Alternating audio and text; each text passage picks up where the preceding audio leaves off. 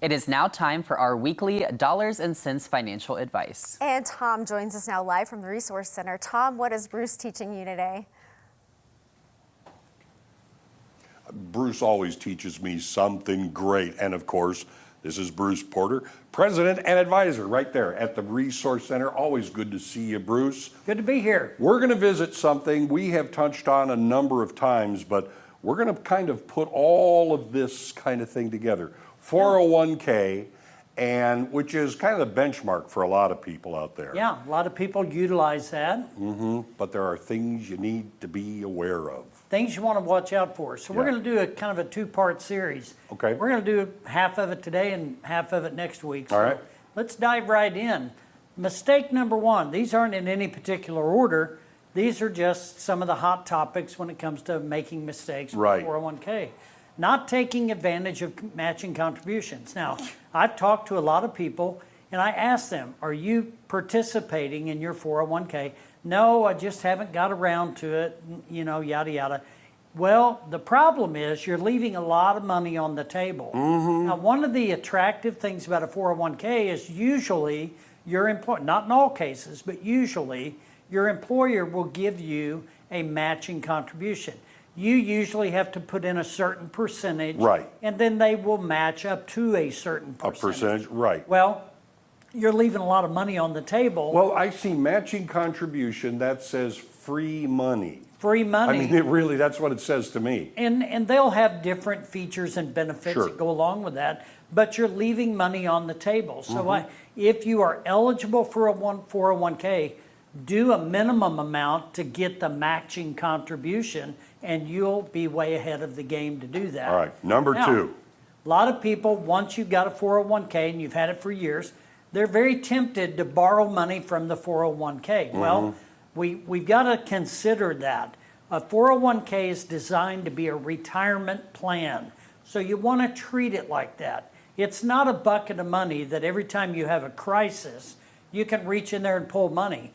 They do allow for that, but remember there's a thing called interest. Right. And they're going to be charging that. And if it just so happens that you change jobs and now you want to roll your 401k either to an IRA or somewhere else, Right. that loan that you have either has to be repaid back to the 401k or it's going to be treated as a distribution. You're going to pay for it one way or another. You've got to think about the penalties, Yeah. early withdrawal penalties, things like that. Right. So be very careful about pulling money out of your 401k. And aren't there usually guidelines on how you can pull a little in early, Yes. though? Yeah. So you need to know those. Yep, you need to talk to your plan administrator and Okay. find out what the rules are that go along with that. Number three. Ignoring Roth 401k options. This is a new thing that's come about.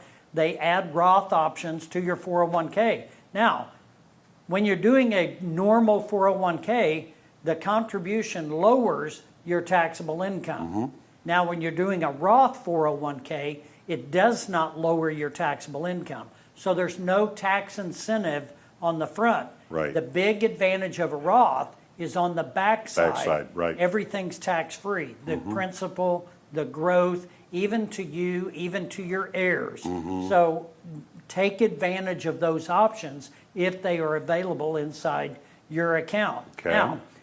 Now, trying to do a DIY 401k rollover. I see people make lots of mistakes. They're silly mistakes. Yeah. They just do it incorrectly, and it causes a lot of problems. You might miss a deadline. You know, you've got 60 days to do a manual, and if you don't, you're going to get stuck with expenses. Right. You got unexpected fees and penalties you got to deal with, and if you roll your money into the wrong type of IRA, you could have a taxable situation.